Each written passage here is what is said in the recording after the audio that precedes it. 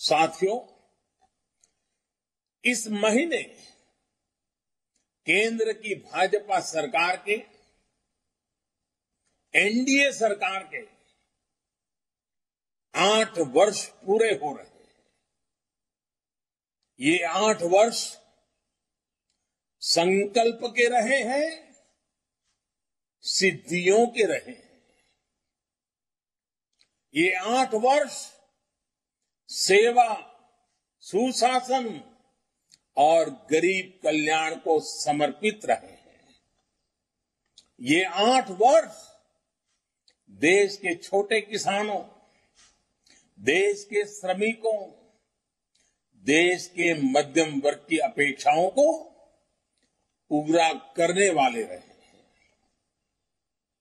ये 8 वर्ष देश के संतुलित विकास, सामाजिक न्याय और सामाजिक सुरक्षा के लिए भी रहे हैं।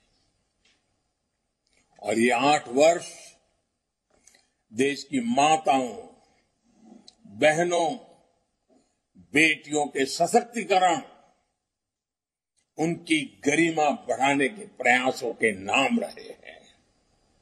साथियों, सरकार पर, सरकार की व्यवस्थाओं पर, सरकार के डिलीवरी मैकेनिज्म पर किसी समय देश का जो भरोसा उठ गया था,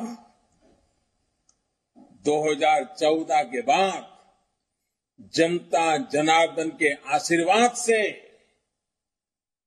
भाजपा सरकार उसे वापस लेकर आई है। आज गरीब से गरीब भी ये नहीं सोचता कि ये सरकारी योजना तो सिर्फ सिफारिश वालों के लिए है, जान पहचान वालों के लिए है, जो रुपये पैसे खर्च कर सकता है उनके लिए है। आज वो अपने आसपास लोगों को योजनाओं का लाभ मिलते देख रहा है।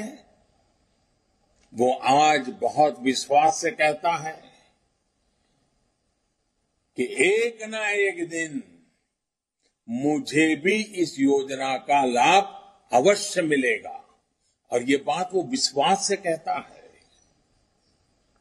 और साथियों, इसलिए इस बार आपको याद होगा, मैंने 15 अगस्त को लाल किले से 100% लाभार्थियों तक पहुंचने की बात की थी। काम कठिन है, मैं जानता हूं। देश बहुत विशाल है, जिम्मेवारियां बहुत बड़ी हैं। कई काम है जिसमें राज्य सरकारों पर डिपेंडेंट है, कई काम है जिसमें स्थानीय स्वराज के निकायों पर डिपेंडेंट है, भांति भांति के प्रभाव भी हैं। उसके बावजूद भी साथियों, जब ये ठान लेंगे कि हमें हर लाभार्थी तक पहुंचना है, एक भी व्यक्ति के छूटने की गुंजाइश को समाप्त कर देना है, तो तय लक्ष्य तक जरूर पहुंचेंगे। और इसके लिए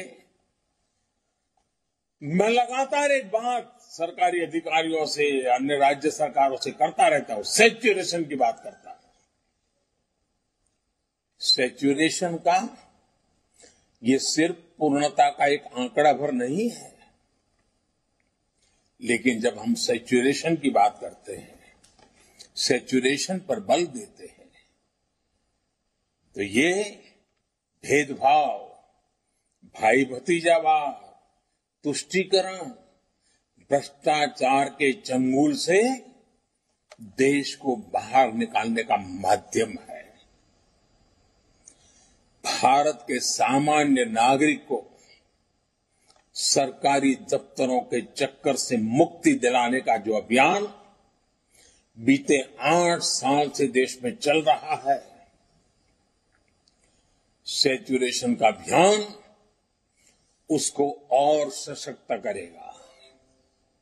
और इसलिए आज राष्ट्रीय पदाधिकारियों की इस बैठक में हम सभी को इस संकल्प के साथ आगे बढ़ना है कि हम जिस भी क्षेत्र में होंगे, जो भी हमारा कार्य क्षेत्र होगा, वहां कोई भी गरीब, कोई भी हकदार नागरिक योजनाओं के लाभ से वंचित नहीं रहेगा। इसके लिए भाजपा को नए जागरूकता अभियान शुरू करने चाहिए। चुनाव के समय जैसे हम हर बूथ तक जाते हैं, हर परिवार में पहुंचते हैं, उसी स्पिरिट से घर घर जाना है, एक एक नागरिक तक जाना है। हर घर भाजपा, हर गरीब का कल्याण, हमें इसी भावना के साथ लगातार काम करना होगा। आप में से बहुत सारे लोग जानते होंगे,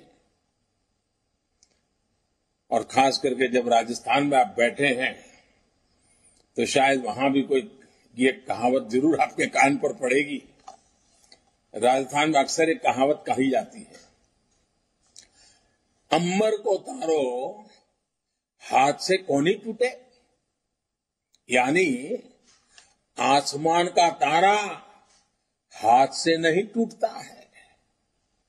साथियों, ये कहावत अपनी जगह पर सही है, और इसलिए हमें ये भूलना नहीं है कि हमारा लक्ष्य आसमान जितना ऊंचा है, इतनी आसानी से नहीं मिलेगा, लेकिन मेहनत करेंगे तो उसे प्राप्त जरूर करेंगे। साथियों, जिस एक और विषय पर हमें निरंतर कार्य करते रहना है, वो है देश में विकासवाद की राजनीति की चौतरफा, चहुं दिशा में स्थापना होनी चाहिए। कोई भी दल हो, उसको भी विकासवाद की राजनीति पर आने के लिए मजबूर करना। साथियों, हम बड़े गर्व से कह सकते हैं कि ये भारतीय जनता पार्टी है जिसने विकासवाद की राजनीति को देश की राजनीति की मुख्य धारा बना दिया है। आज कोई भी चुनाव हो, विकास में विश्वास करने वाले लोग हो या न हो, समाज को तोड़ने की राजनीति करने वाले लोग हो तो भी,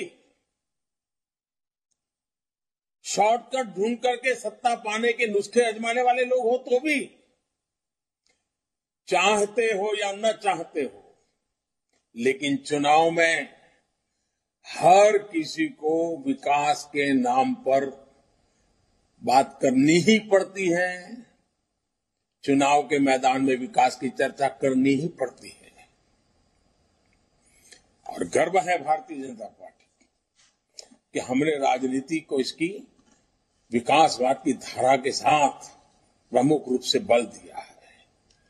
लेकिन साथियों, लेकिन हमें ये भी देख रहे हैं कि जो लोग विकासवाद की राजनीति से बच नहीं सकते, मजबूरन विकासवाद में आना ही पड़ रहा है, तो उन्होंने राजनीति में विकासवाद को भी विकृति के दिशा में धकेल दिया है। ये राजनीतिक दल तत्कालीन लाभ के लिए, फायदे के लिए, देश के उज्जवल भविष्य के साथ, राज्य के उज्जवल भविष्य के साथ, देश की युवा पीढ़ी के भविष्य के साथ खिलवाड़ करते हैं, उसे खोखला करने का भी काम कर रहे हैं। ये राजनीतिक दल अपने स्वार्थ के लिए समाज में जो छोटी मोटी तनाव होते हैं, कुछ कमजोरियां होती हैं, कुछ परसेप्शन होते हैं, उसे ढूंढ ढूंढ करके उसमें जहर डालने का काम करते रहते हैं। उस कमजोरियों पर ही खेलते रहते हैं। कभी जाति के नाम पर, कभी क्षेत्रवाद के नाम पर लोगों को भड़का रहे हैं। साथियों, एक भारत श्रेष्ठ भारत का सपना लेकर के चल रही भारतीय जनता पार्टी के लिए ये भी अनिवार्य है कि देश के लोगों को लगातार हमें सावधान करते रहना होगा। इस प्रकार के लोगों से सचेत करना होगा, इस प्रकार के दलों से सचेत करना होगा। साथियों, हमें एक और बात हमेशा याद रखनी है। हम सबको याद है, जनसंघ के जमाने में जब हम कहीं हाशिए पर पड़े थे, कोई हमें जानता भी नहीं था, न उस नगर में जानता था, न उस राज्य में जानता था, न उस जिले में जानता था। फिर भी उस जमाने में जब हमारे बात को कोई कानों पर धर ले, ये संभावना भी नहीं थी, उस समय भी जनसंघ के जमाने में हमारे कार्यकर्ता, हमारे पुरानी पीढ़ियां जिन नीतियों पर डटे रहे, जिन नीतियों को लेकर के चलते रहे, कार्यक्रम करते रहे, उसकी मुख्य धारा थी राष्ट्रभक्ति, राष्ट्रहित, राष्ट्र सेवा, राष्ट्र निर्माण। यही प्राथमिकता थी। हम सत्ता से कोसों दूर थे, फिर भी उस जमाने के छोटे छोटे हमारे कार्यकर्ताओं का मातृभूमि के प्रति प्रेम, राष्ट्र सर्वोपरि की निष्ठा, उसमें इतनी ताकत थी कि सत्ता के पर बैठे काबिज बड़े बड़े लोगों को भी भारतीय जनसंघ की उस राष्ट्रभक्ति और राष्ट्रीय विचारधारा को वो कभी चुनौती नहीं दे पा रहे थे।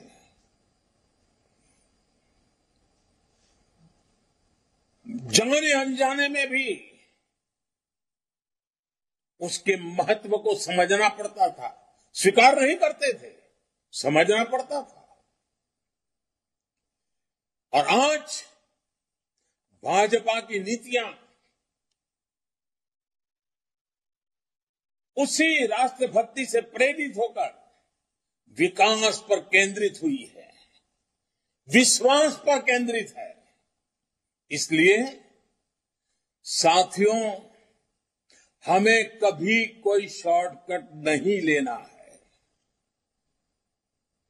हमें देश हित से जुड़े जो भी बुनियादी विषय हैं, जो कोर इश्यूज हैं, उन्हीं पर आगे बढ़ना है। कदम को दाएं बाएं जाने नहीं देना है, जुबान को इधर उधर फिसलने नहीं देना है। और ये कोर इश्यूज क्या है?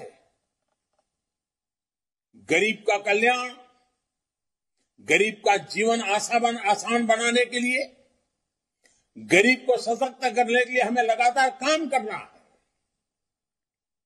हमें कभी भी भटकना नहीं है। और मैं आपको सतर्क भी करूंगा, आपसे आग्रह भी करूंगा कि आपको विकास से जुड़े मुख्य मुद्दों से भटकाने की लाख कोशिशें होंगी, लेकिन आपको देश के विकास से जुड़े विषयों पर ही टिके रहना है।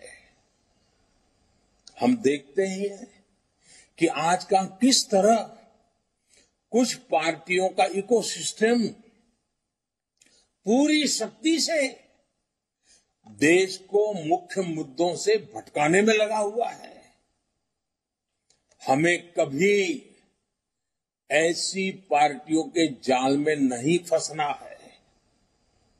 मैं जानता हूं कि आप अपने संवादों में, बातचीत में, संबोधनों में, पत्रकार वार्ताओं में अगर आप कहते हैं कि हमारी सरकार ने 2014 के बाद गरीबों के लिए 3 करोड़ घर बनाए हैं, ठीक है, वो खबर कोई फ्रंट पेज पर नहीं छापेगा, टीवी के पर्दे पर नहीं दिखाई देगी। अगर आप कहेंगे कि 50 करोड़ से ज्यादा लोगों को 5 लाख रुपए तक का मुफ्त इलाज की व्यवस्था हमने की है, हो सकता है कोई उसको कान पे न धरे। 8,000 से ज्यादा जन औषधि केंद्रों की बात अगर हम करें तो हो सकता है टीवी में, मीडिया में, अखबार में सुर्खियों में नजर न भी आए। मैं जानता हूं कि आप 10 करोड़ से ज्यादा छोटे किसानों के बैंक खाते में सीधे पैसे ट्रांसफर करने की बात करेंगे, हो सकता है उसको भी नजरअंदाज कर दिया जाएगा, उसको भी कभी अखबार के पन्नों पर नहीं दिखाई देगी, टीवी पर नहीं बताया जाएगा, हो सकता है। मैं जानता हूं कि आप हर घर जल की बात करेंगे, हर गांव तक ब्रॉडबैंड कनेक्टिविटी की बात करेंगे, आप देश में डिजिटल क्रांति की बात करेंगे, फिनटेक की बात करेंगे, डिजिटल ट्रांजैक्शन की बात करेंगे। ये इकोसिस्टम उसको तवज्जो नहीं देने देगी, उस बात को आगे नहीं बढ़ने देगी। आप प्रधानमंत्री म्यूजियम बनाएंगे, डेमोक्रेसी के ट्रू स्पिरिट को हिंदुस्तान के आजादी के अमृत महोत्सव में लाकर के खड़ा कर देंगे, तो आंखें मूंद ली जाएगी, चुपकी दी रख ली जाएगी। होगा। अब जितने भी अच्छे काम कर रहे हो, कोई पब्लिसिटी नहीं मिलेगी, कोई हेडलाइन नहीं बनेगी, टीवी पर वो बात चमकेगी नहीं। लेकिन इन सब के बावजूद भी साथियों, हमें अपने मार्ग पर डटे रहना है, विकास के मुद्दों पर टिके रहना है, देश हित के मुद्दों पर टिके रहना है। कभी न कभी मजबूरन उनको भी इन मुद्दों की सकारात्मक रूप में स्वीकृति देनी ही पड़ेगी। बस हम इस इकोसिस्टम के गब्बारों में उसको एड्रेस करने की कोशिश में न लग जाए। साथियों, ऐसा करके ही इस अमृत काल में हम देश की राजनीति को पूरी तरह विकास पर केंद्रित कर पाएंगे। साथियों, एक और कोशिश जो हम सबको करनी है, वो है ज्यादा से ज्यादा लोगों को भाजपा से जोड़ने की। Presenting B News app, available on Google Play and App Store. Download it now.